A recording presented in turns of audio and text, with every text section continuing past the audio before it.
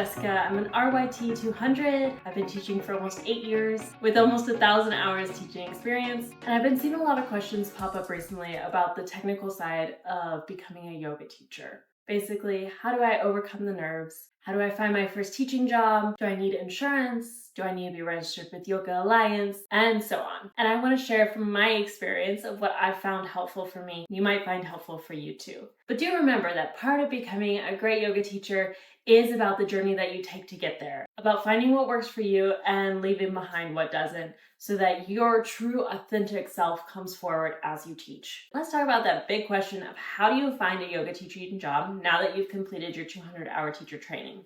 One of the benefits of taking an in-person teacher training with a local studio, it's a pretty easy pipeline from their yoga teacher training program into their roster of teachers. So if you know this is a studio that you would like to teach at, you can go up to the head of your teacher training program and just let them know, hey, I would love to teach here. What does that look like for me? They might have a class that they need a teacher for that they can slip you right into. Or maybe you start out on their sub list. And sub lists are a great way to get your foot into the door of any studio. Don't be afraid to email or go in person to any studio and talk to them about the potential of getting on their sub list. Most studios in the US will need your insurance information, your certificate of completion of your 200-hour training, and a completed W-9 form. They'll also probably ask for a demo class from you, which we'll talk about in a minute. If you're looking to start building your experience and confidence as a teacher, friends and family is a great place to start. Also offering free classes, or what I call karma classes, is a great way to start building your hours as a teacher. During the nice weather, hosting yoga classes in the park can be a nice way to build your community. Just know that if you're planning on charging your students for classes that you hold in the park, most parks require you to reserve the space, pay to use it, and they require your insurance information, which is why parks are a nice place to hold free classes. Local libraries can also be looking to add free classes to their schedule, and this is how I got started teaching. It's a great low-stakes option for indoor classes, so it doesn't matter what the weather looks like. When you go into your local library, you want to ask for the library manager so that you can talk to them about adding this class as one of their programs so that they can advertise it for you. You can talk about a good day and time of the week that works for you and would benefit their patrons so that they can reserve the meeting room for those days. For either of these karma classes, you're going to want to bring your own waivers to have your students fill out. Other places you might find teaching jobs are a local gym or YMCA. You can apply at these places by going to their website, going to careers, and they'll usually have a listing for a group fitness instructor. Gyms and YMCAs might require you to have your CPR certification in order to teach. Senior living centers or communities might also provide group fitness classes to their residents. So looking online or going to the main office and asking for the group fitness director or director of social activities in order to talk to them about bringing a yoga class to their community. For these type of classes, they might have a set amount that they're willing to pay per class, or you might be able to negotiate your charge. These type of places will probably be looking for gentle class or chair yoga. And so if this is a location that you're looking to teach at, make sure that you know the difference between a mixed level vinyasa flow class and a gentle class. You might be able to also find a teaching job at large corporations. If you're in a big city and there's the big corporate office for, say, a bank or another corporation, contact someone in HR or look for the wellness director to talk about bringing a yoga class to their employees. Many of these large corporations with large buildings have a wellness or a workout room in their building that you can teach in. And then lastly, you can also look at large neighborhoods that have an HOA or country clubs. Large neighborhoods with an HOA usually have a management group that you can go through in order to find members on the social committee to talk to. They might also have a Facebook group that you can become a part of in order to reach out and find the right people to talk to about bringing yoga to the community. HOAs will probably require your insurance information as well as a W-9 in order to pay you. Let's talk about demo or audition classes for a moment. The main thing that people who are hiring you to teach a class want to know through these demo classes is your cadence and tone and how you sequence or structure poses together. So do you have a nice flow and volume and intonation to your voice as you're teaching? And do you know how to put poses together in a way that structures the class well? Sometimes a demo class might be 15 to 20 minutes, just you and the studio manager. Sometimes it might be a full hour-long class with multiple students. If it's the hour-long class, you're just going to teach a normal class. If it's the shorter class, take snippets throughout your class to demonstrate your teaching skills. I would think about doing a 5-minute grounding warm-up sequence, 5 to 10 minutes doing sun salutation and working some standing poses, and then the last 5 minutes slowing things back down with a little bit of a cool down. Don't worry about ending with Shavasana, just bring it back to seated, take a final round of breath, and then thank the studio manager. In a yoga teacher training, you might have been taught to introduce yourself at the beginning of class, maybe introduce the theme of your class. In this kind of demo class, don't worry about that. You should already know each other's names and you both know why you're there. So I like to start a demo class with simply saying, all right, when you're ready, go ahead and close your eyes and bring your awareness to your breath. And then move into your grounding and warm up flow from there. It's kind of a balance of trying to demonstrate what a normal class looks like for you, as well as staying really present and teaching the class that's in front of you.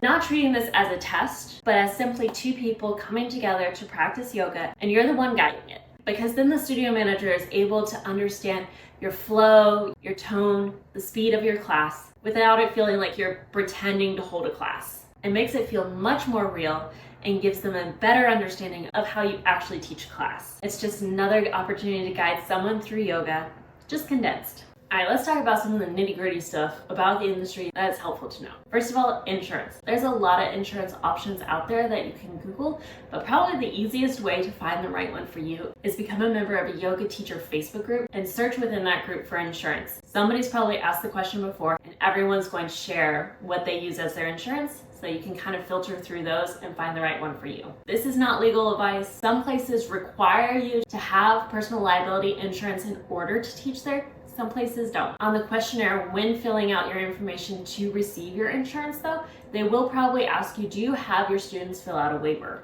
If you teach at a gym or a studio, they probably have a waiver that they require their students to fill out before entering the studio. If you're teaching private classes, karma classes, or pop-up classes where they don't usually have yoga classes, you'll need to bring your own waivers to have your students fill out. I'll link a sample waiver down in the description below. I've heard a lot of teachers ask, do I need to register with Yoga Alliance in order to teach yoga?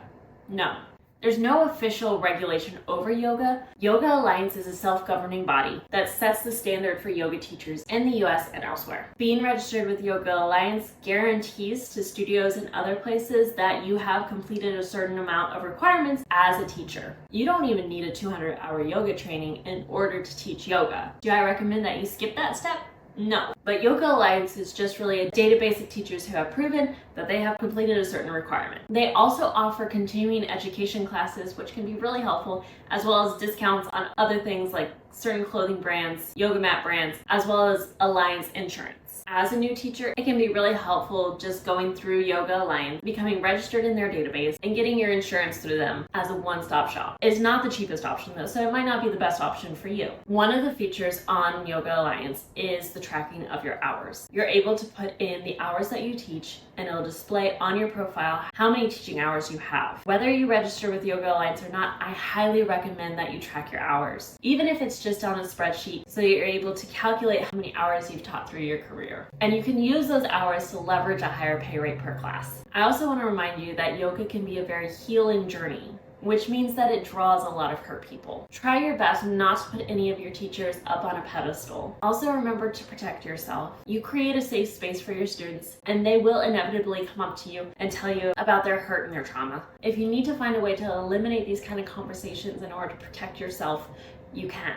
Otherwise, find a way to release those conversations when they're done. And remember, it's a powerful thing not to become the guru, but to create a space for your students to learn personal autonomy and how to become their own best teacher and leader. I want to share some of my favorite tips for overcoming the nerves and jitters as you start to teach your first classes. I remember the sweats, the high heart rate, the fast breathing that would usually start an hour or two before my class. I will say, 8 years in, those have gone away completely. But back then, I loved to tell myself this phrase, by this time tomorrow, I will have done the impossible. It was a way to bolster my courage, knowing that what felt impossible now, in the future, will have been completed. Cadence and tone while you're teaching are really important for creating a smooth flow for your students. So practicing saying the words aloud ahead of time can help your brain learn the feeling of these phrases before you speak them for the first time. I remember when I would be driving around town and I would out loud teach the class with nobody there. And even though I had independently said these words, down, dog, flow, engage, before, saying it out loud in the car with nobody listening gave me an opportunity to workshop how it felt best for me to say these words in a way that was clear and concise. For me, the hardest part of teaching yoga was at the very beginning getting everyone's attention in order to start class. My favorite way to do it now is to simply raise my voice and say, "Hi, thank you for being here today. We're going to get started in a seated position. Go ahead and close your eyes or soften your gaze when you're ready." Having my students close their eyes as soon as possible helps me feel like the attention is off of me and helps me start to relax. Starting in a child's pose is also a nice way to have those eyes taken off of you. During the first couple sentences in my class, I would purposely lower my voice by an octave. Nerves have a tendency to raise the pitch of our voices, which can signal to the other people around us that we are nervous, creating a nervous environment, which is not what we want while we're teaching yoga. So purposefully lowering my voice counterbalanced this. It was also important for me that as I was grounding the students in those first couple minutes of class, that I also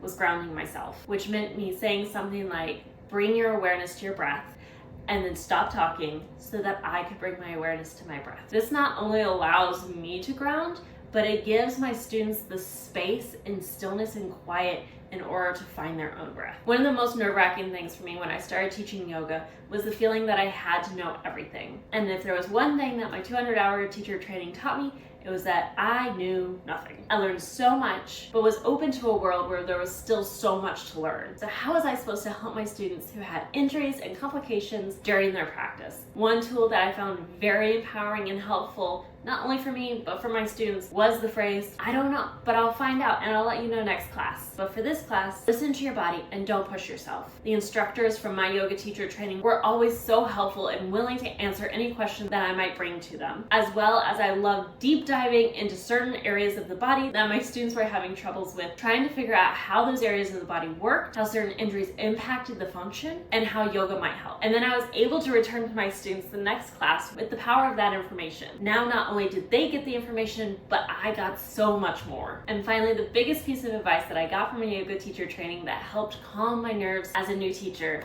was, give yourself a year to suck. Just because you've completed a 200-hour teacher training does not mean that you are no longer a student. You are now learning this craft of teaching through experience. So give yourself that space and time to learn.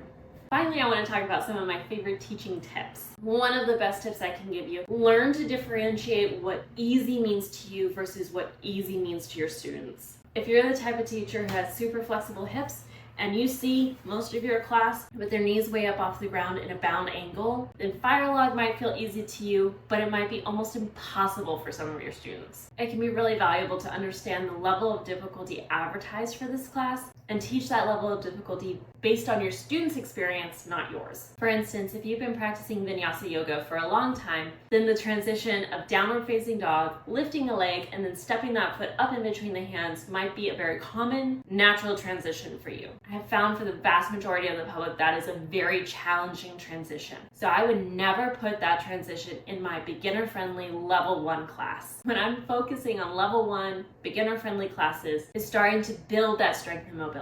I look for my students to feel like my classes are accessible but challenging. I'm going to share a secret weapon with you. It's called Shavasana. I have found that even in classes that I feel like I have bombed as a teacher, students have still come up to me afterwards and thanked me for such a great class. The secret is not you, it is them. And all you're doing is providing the space for them to move and rest. In our society, rest is highly underrated. So that is your biggest secret weapon. Giving them a decent amount of Shavasana, a decent time to rest, can leave them feeling rejuvenated even when you don't feel like you taught your best class. I consider a good Shavasana 10% of your class time. If you have a 60-minute class, they are in Shavasana for 6 minutes. This is not you getting them into Shavasana and then laying there quietly for 4 minutes.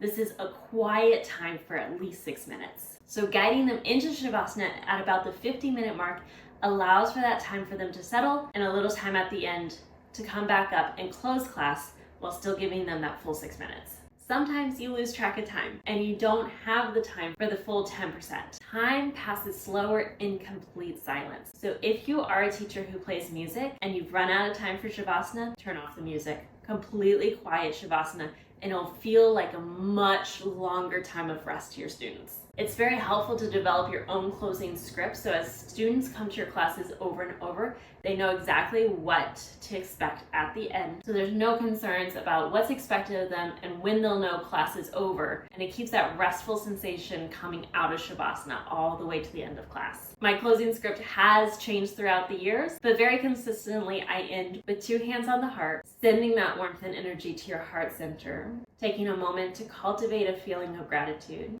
knowing that all that you have, all that you do, and all that you are always enough, being at peace with all. Om Shanti Shanti. Palms come together. Thank you so much for allowing me to guide you through this practice. Till we meet on our mats again, namaste. By the end of an hour-long class, my brain is shutting down. So having my closing script down allows me to continue the flow of class with using the least amount of brain power. It's really important to give space for your students to experience the cues that you're giving them. So you taking a moment to shut up and breathe gives your students that space. Some teachers don't like teaching with music. If that's your preference, that's totally fine. I have found that teaching with music helps fill that silence so that I have the comfort level to actually shut up. During my teacher training, I was recommended not to demonstrate while I teach, but to develop my verbal cues in a way that allowed a student with limited vision to participate in class fully. That might not be for everyone, but it is a wonderful skill to develop as a teacher. So even while you're demoing, you're able to give verbal cues that guide your students well. The first couple classes I taught, I found myself stuck to my mat, demonstrating because I didn't know what else to do with my body while I taught. In order to break away from being on my mat, I just stopped bringing it to class anymore. Not having my mat there allowed me to wander the room and actually watch the students to see how my verbal cues were landing. If you are just starting out your teacher journey, I wish you the best of luck. It really is a transformative experience and one that I still love and passionate about 8 years later. If you can, let go of the pressure. You're not going to be everybody's teacher. Your students will find you and love you for simply being who you are. You are unique and the world desperately needs you in this capacity. Thank you for watching. I hope that these tips and tricks help you and that we get to meet on our mat someday. It's really important to give space for your students. It's really important to give space for